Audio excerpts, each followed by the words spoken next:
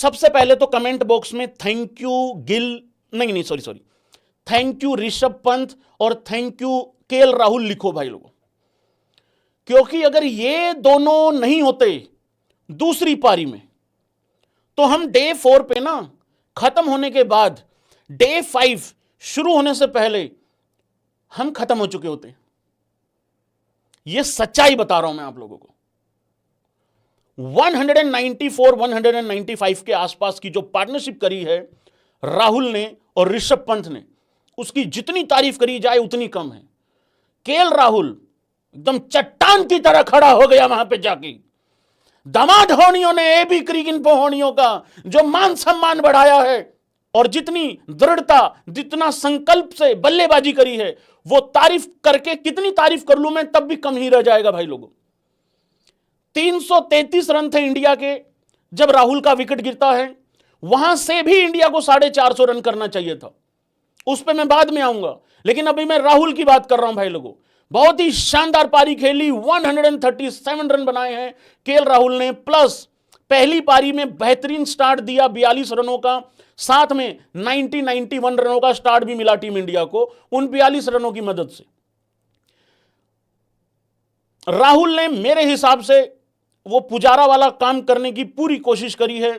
उस senior player के नाते बहुत बढ़िया जबरदस्त पारी खेली भाई लोगों।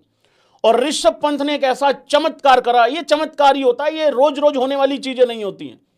मैं ये नहीं कह रहा हूं कि आज से पहले ऐसा नहीं हुआ होगा, हुआ होगा कभी, लेकिन भारतीय प्लेयर ने यह पहली बार ऐसा किया है कि इंग्लैंड के खिलाफ या इंग्लैंड के अंदर पहली और दूसरी पारी में बैक टू बैक शतक लगा दिया हो, एक ही मैच में 2 शतक लगा दिए हो एक ही प्लेयर ने। यह तो पहली बार हुआ है कारनामा, क्योंकि वहां पे यह बात हुई थी। 118 रन की पारी खेली ऋषभ पंत ने, बहुत ही लाजवाब यार भाई। तेज खेलना, पहले सेशन में रुक के खेलना था, विकेट हाथ में रखनी थी। कुछ लोगों को लगा इंडिया स्लो खेला है, स्लो नहीं खेला था, विकेट इन हैंड्स रखने थे। और उसके बाद बेहतरीन पारी, जबरदस्त तेज भी खेला है उसके बाद, तो बहुत अच्छी पारी खेला है। एक यही दो, देखो कल जब स्टंप्स हुई 96 रन की लीड थी इंडिया के पास, 90+6, उस टाइम पे इंडिया ने 2 विकेट डाउन कर रखी थी। उस टाइम पे शुभमन गिल और राहुल खेल रहे थे। राहुल उस टाइम पे 47 पे नॉट आउट था। मैंने उस टाइम पे एक सवाल पूछा था कि क्या राहुल, गिल, उसके बाद पंत है, करुण नायर है, इन 4 लोगों में से क्या कोई प्लेयर एक 150 या 160 की पारी खेल सकता है क्या? ये मैंने कल पूछा था। तो बहुत लोगों ने, आधे लोगों ने कहा कि हां कर सकते हैं, आधे लोगों ने कहा नहीं कर सकता है। तो मेरा ऐसा मानना था कि राहुल को 150 170 के बीच की पारी खेलनी पड़ेगी। उतनी तो नहीं खेला, लेकिन ये लाजवाब पारी, 137 रन बनाए भाई, बहुत ही बढ़िया। ये पार्टनरशिप बेसिकली बहुत अच्छी हुई है। एक कैलकुलेशन लगाई थी हमने कल कि हम लोग 400 425 कैसे पहुंचेंगे, बिल्कुल ऐसे ही पहुंचना था। अब मैं आता हूं भाई लोगों, जो हमारे बाकी प्लेयरों ने हग्गा मारा है, क्या क्या कहोगे? एक बारी 2-2 शब्द लिख दो जरा एक बारी फटाफट इनके लिए। मतलब ये देखो मैच में क्या होगा वो आते हैं, अभी डे 5 क्या होगा आते हैं जरा। लेकिन यार ये क्या बकवास है। हम पहली पारी में कम से कम 550 जा सकते थे, वहां पे हम 471 रह गए। यहां पे हम बड़े आराम से 450 जा सकते थे। या फिर हम अपनी मर्जी से डिक्लेयर करते ना, हम अपनी मर्जी से, मतलब मर्जी से ही होता है डिक्लेयर, तो हम अपनी मर्जी से इंग्लैंड को बल्लेबाजी देते। वो ख्वाब भी अधूरा रख दिया भाई लोगों इन लोगों ने। मतलब राहुल एक्चुअल में 180 की पारी खेलता क्या? हम लोग तो चलो एक्सपेक्ट कर, मैं तो चलो, वो तो उम्मीद लगाने वाली बात है ना। मतलब वो बंदा ही आखिरी तक खड़ा, मतलब प्रसिद्ध कृष्णा के साथ वही बंदा बल्लेबाजी करता तो ही ठीक था। इन्होंने जिम्मेदारी नहीं ली। बाकी प्लेयरों से क्या एक्सपेक्ट है, जाके सुनना भाई मैंने क्या बोला था।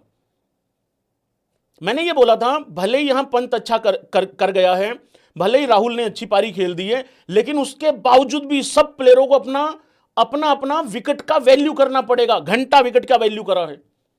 नया बॉल मिलता है, पुराने वाली गलतियां फिर दोहरा देते हैं। अब इसमें किसी एक प्लेयर की बात नहीं है, सबका यही हाल है। रविंद्र जडेजा को मैं इससे बाहर रखता हूं, क्योंकि रविंद्र जडेजा के लिए सिचुएशन अलग क्रिएट हो रही है, उसके पास ऑप्शन ही कोई नहीं बचता। क्यों? क्योंकि दूसरे एंड पे भाई सिंगल लेके गया है, नॉन स्ट्राइकर एंड पे खड़ा है, एक ही ओवर में। और वो एक बात बताऊं, उसी ओवर में ऑल आउट होने के चांसेस बन गए थे। अभी भी 2 बोले रहती थी जब प्रसिद्ध कृष्णा आया।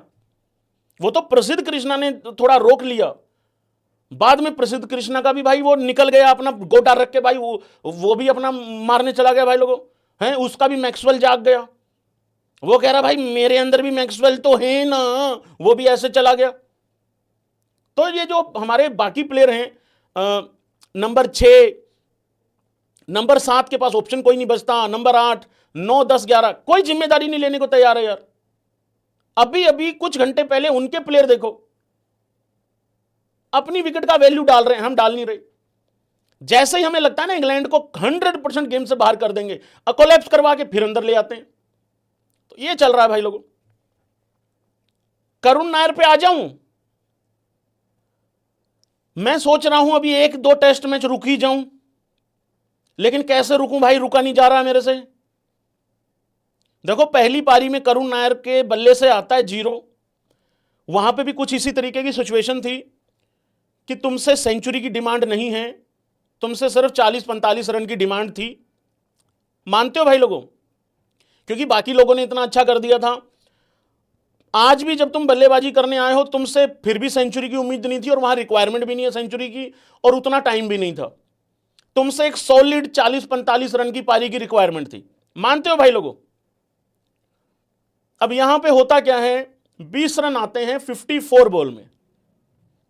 भाई तुमने देखो 2 तरीके का गेम था, या तो समय लेके खेल लो, तो फिर अपने आप को फिर खड़े हो जाओ वहां पे आखिरी तक, जो भी टीम का प्लान था, जो भी कोच साहब का प्लान था। अब समय भी ले लिया, टाइम भी ले लिया, ना तो रुक पाए और ना ही जाके पेला पाली कर पाए, तो दोनों में से कुछ नहीं कर पाए। कंप्लीटली डिसअपॉइंटमेंट हाथ लगी है। अब लोग मजाक उड़ा रहे हैं भाई लोगों करुण नायर का, कह रहे हैं dear cricket give me 1 chance, ऐसे बोल रहे हैं। लेकिन मैं इसमें अपने पर्सनली विचार दे देता हूं जरा। देखो 8 साल के बाद वापसी हुई है उस बंदे की, उसकी भी टांगे कांपी हुई हैं, ठीक है, घबराया वो भी हुआ है जब बल्लेबाजी करने आ रहा, क्योंकि उसको भी पता है कि मैं जब तक 100, 150, 200 की पारी नहीं खेल लेता, मैं जस्टिफाई नहीं कर रहा हूं अपनी जगह को, क्योंकि वो उस रेपुटेशन से आया है। एक टेस्ट मैच तो भाई लोगों किसी का भी खराब हो सकता है। क्या तुम मेरे करुण नायर का साथ दोगे? और ये करुण नायर कम लगता है, हेलमेट में मेरा छोटा गिरधारी ज्यादा लगता है। किस किस को धोखा लग रहा है रोहित शर्मा का करुण नायर के हेलमेट पहनने पे? हेलमेट पहन के आता है ना करुण नायर, और जो हल्की सी स्माइल देता है, हल्की सी छोटी सी, भाई ऐसा लगता है रोहित शर्मा का एक थोड़ा सा, रोहित शर्मा का छोटा सा वर्जन है अंदर हेलमेट के अंदर, वो वाला और ये रोहित शर्मा के फैंस के लिए ज्यादा इमोशनल चीज है, क्योंकि देखो वो भूलना चाह रहे हैं कि हमारा बंदा अब नहीं है टेस्ट क्रिकेट में, लेकिन ये आदमी याद दिलवा रहा है। हो जाता है एक टेस्ट मैच खराब यार, कोई दिक्कत वाली बात नहीं, किसी का भी टेस्ट मैच खराब हो सकता है। अब आ जाते हैं क्या करुण नायर का, क्योंकि समाज में, मार्केट में बहुत बड़ी डिमांड उठ रही है कि करुण नायर का नंबर बदला जाए। क्या लगता है कि करुण नायर एक्चुअल में गलत नंबर पे खेल रहा है? भाई देखो बात सुनो, ना तो तुम रोहित शर्मा हो, ना तुम विराट कोहली हो, ना तुम अभी शुभमन गिल हो, ना तुम यशस्वी जायसवाल हो। ये बात बहुत अच्छे से समझ लेना। जो नंबर मिल रहा है ना ब्रो, मैं ये सच्ची बात बता रहा हूं, जो नंबर मिल रहा है ना, देखो हो सकता है एक्चुअल में कि वो नंबर 3 उसके लिए ज्यादा फिट हो जाए करुण नायर के लिए, लेकिन इसका मतलब ये नहीं है कि मैं नंबर 6 पे अगर फेल हो रहा हूं तो इसका एक्सक्यूज रखूंगा या इसको मैं बहाना बनाऊंगा।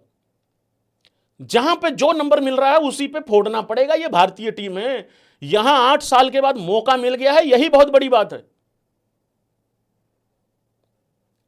तुम राहुल को देख लो यार, एग्री करोगे भाई लोगों? राहुल को देखो, कहां कहां ठोकरें खाई नहीं है उस आदमी ने नंबर के लिए। राहुल ओपन कर ले, हाँ कर ले राहुल, आजा राहुल ऊपर कर ले, हाँ राहुल 3 खेल ले, खेल लेगा राहुल, हाँ राहुल 5 खेल ले, 6 खेल ले, 11 नंबर छोड़ के सारी जगह राहुल खिला रखा है। लेकिन उस आदमी ने रन बनाए हैं। उस आदमी को तो वो सुबह सुबह वो रात को सोता है नंबर 4-5 के हिसाब से, या अपने नंबर के हिसाब से, 5 नंबर के हिसाब से रात को सोया, सुबह उठा, मैसेज आया हुआ व्हाट्सएप पे कप्तान का, राहुल आज ओपन करना है, ओपन करो, कर लेंगे भाई, ओपन करते दे सेंचुरी, ले सेंचुरी। तो ऐसा होता है भाई। तो नंबर के लिए नहीं रोना, जो नंबर मिल रहा है उस पर फोड़ना पड़ेगा, रन बनाने पड़ेंगे। और सेंचुरी नहीं चाहिए है, मैच के सिचुएशन के हिसाब से 40-45 रन चाहिए थे। तो ये कहानी है भाई लोगों।